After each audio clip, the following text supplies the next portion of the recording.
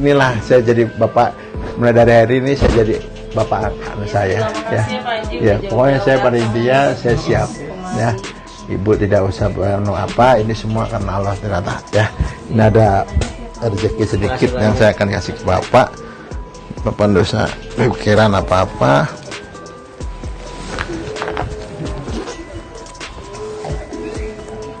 Ini bapak terima pak ya.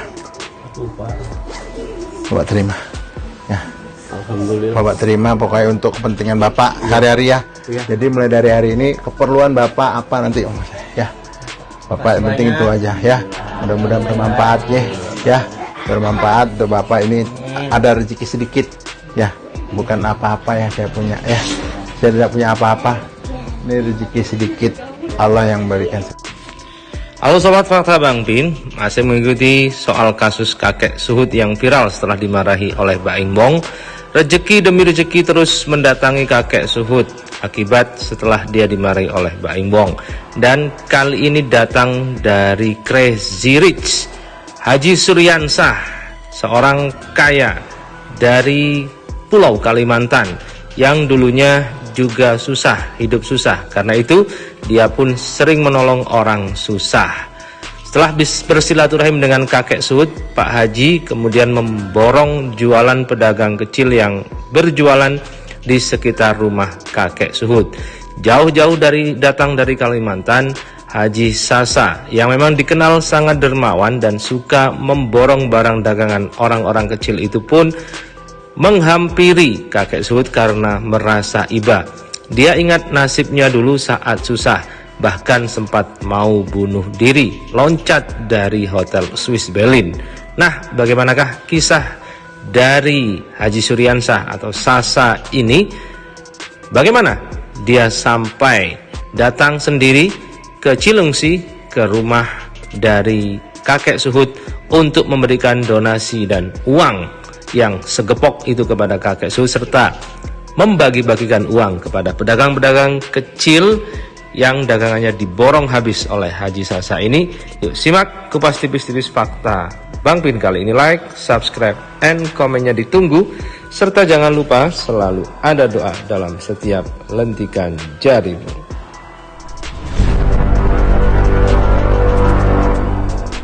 Apa saya langsung ke sana? Saya langsung karena hati nurani saya bergerak memerintahkan untuk membantu beliau, karena saya tidak mau orang tua dihina dan juga direndahkan, karena saya merasa ada rezeki bapak itu ada di diri saya. Makanya saya berangkat langsung dari Samarinda langsung ke Jakarta untuk membantu bapak itu, karena saya sudah dapat info lokasinya di mana, rumahnya di mana. Ini akan saya lanjuti sampai pun apa yang mereka perlukan akan saya bantu. Insya Allah saya akan bantu. Nah, inilah awal kronologinya. Seorang netizen mengetak akun dari Haji Suryansah Sasa dan dia meminta tolong untuk membantu, agar Haji Sasa mau membantu Pak Suhud yang waktu itu viral dan kedapatan dimarah-marahi oleh Baim Wong. Tolong kasih nak, tak bantui tomatoi, mungkin perlu banget bantuan malah dipermalukan. Kalau Baim nggak mau bantu nggak apa-apa, jangan begitu caranya. Dan kemudian Haji Suryansah pun langsung berkomitmen untuk menempuh sendiri perjalanan dari Samarinda menuju ke Cilengsi. Insya Allah Pak Haji akan membantu bapak-bapak yang viral kemarin. Mohon doanya teman-teman, semoga dalam perjalanan tidak ada hambatan dan Pak Haji bisa bertemu dengan kakek Suhud. Dan akhirnya Pak Haji pun bisa bersilaturahim. Dan kemudian kakek Suhud diangkat sebagai bapak angkat oleh Pak Haji. Karena sudah menjadi bapak angkat, maka seluruh keperluan dari Pak Haji akan dipenuhi. Langsung telepon Pak Haji, dan Pak Haji juga sarankan agar bapaknya tidak usah kerja lagi.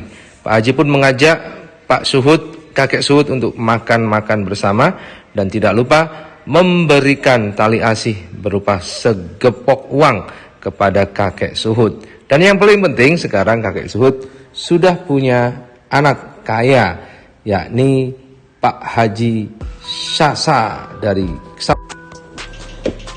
Dan memang pria yang akrab disapa Haji Sasa ini hanya lulusan sekolah menengah pertama atau SMP.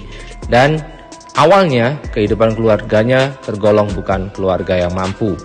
Bapaknya bernama Mansur, seorang kuli bangunan, dan ibunya hanyalah tukang cuci.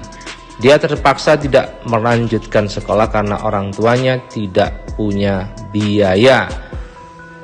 Kehidupan Sasa pun sebelum meraih kesuksesan seperti sekarang ini terbilang cukup pahit dan keras. Semasa orang tuanya masih hidup, pekerjaan tukang bangunan dia lakoni hingga bisa menjadi seorang pemborong perumahan. Kisah perjalanan hidup Haji Sasa mengalami pasang surut, terkadang berada di atas, kadang pula berada di bawah. Pria kelahiran Samarinda tahun 1974 ini sering menghayal ketika melihat kehidupan orang lain yang terbilang sukses. Punya istri cantik, rumah mewah, mobil bagus, rumah kos-kosan, punya kebun, dan kalau mau berangkat keluar daerah selalu naik pesawat. Melihat semua itu, ia hanya bisa berucap dalam hati, kapan saya bisa seperti itu, ungkap Haji Sasa. Dikisahkan pengalaman hidupnya, kendati dia suka membantu orang lain dengan bersedekah, dia juga gemar bermain judi dan sering melawan kepada kedua orang tuanya. Suatu ketika di tahun 2008, kehidupan Haji Sasa mengalami keterpurukan yang amat pahit, di mana dia memiliki hutang yang banyak. Dia merasa benar-benar dihinakan baik di hadapan manusia maupun di hadapan Allah Subhanahu wa Ta'ala. Keterpurukannya itu membuat dia putus asa hingga ingin mengakhiri hidup dengan terjun dari puncak ketinggian Hotel Swiss Bell, Hotel Borneo Samarinda. Beruntung hal itu dapat dicegah oleh seseorang dan kemudian menyadarkan dia dari perbuatan yang sangat dimurkai Allah. Orang itu kemudian menasihati dan menyuruhnya segera pulang menemui orang tuanya. Pulanglah, temui orang tuamu, cuci kakinya dan mintalah ampun kepadanya, kata Haji Sasa mengenang ucapan orang tersebut.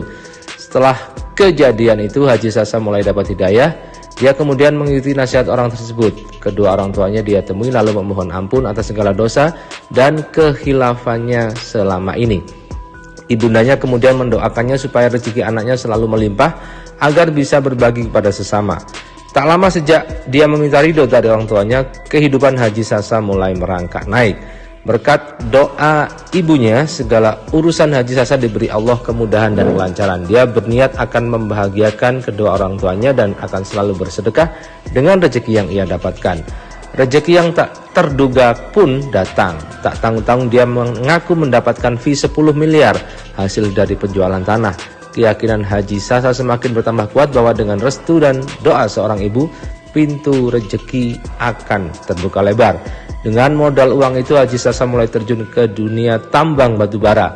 Dia juga membangunkan rumah mewah untuk orang tuanya di Jalan Damanhuri. Menurut kisah Haji Sasa, rumah mewah itu dia bangun untuk membahagiakan orang tuanya, tapi baru 8 bulan ditempati, tahun 2019 ibundanya meninggal dunia. Sejak itulah rumah itu dijadikan Yayasan Peduli Sesama Mansur Tuah, tempat penampungan orang-orang terlantar dan lansia. Sekalipun orang tuanya telah tiada, dia tidak lupa pesan ibunya untuk bersedekah kepada sesama. Semenjak itulah Haji Sasa selalu bersedekah membantu orang yang tidak mampu, menyantuni anak yatim, membangun masjid, pesantren, membuka warung makan gratis, dan masih banyak lagi. Semua yang dilakukan itu demi membahagiakan kedua orang tuanya yang telah tiada.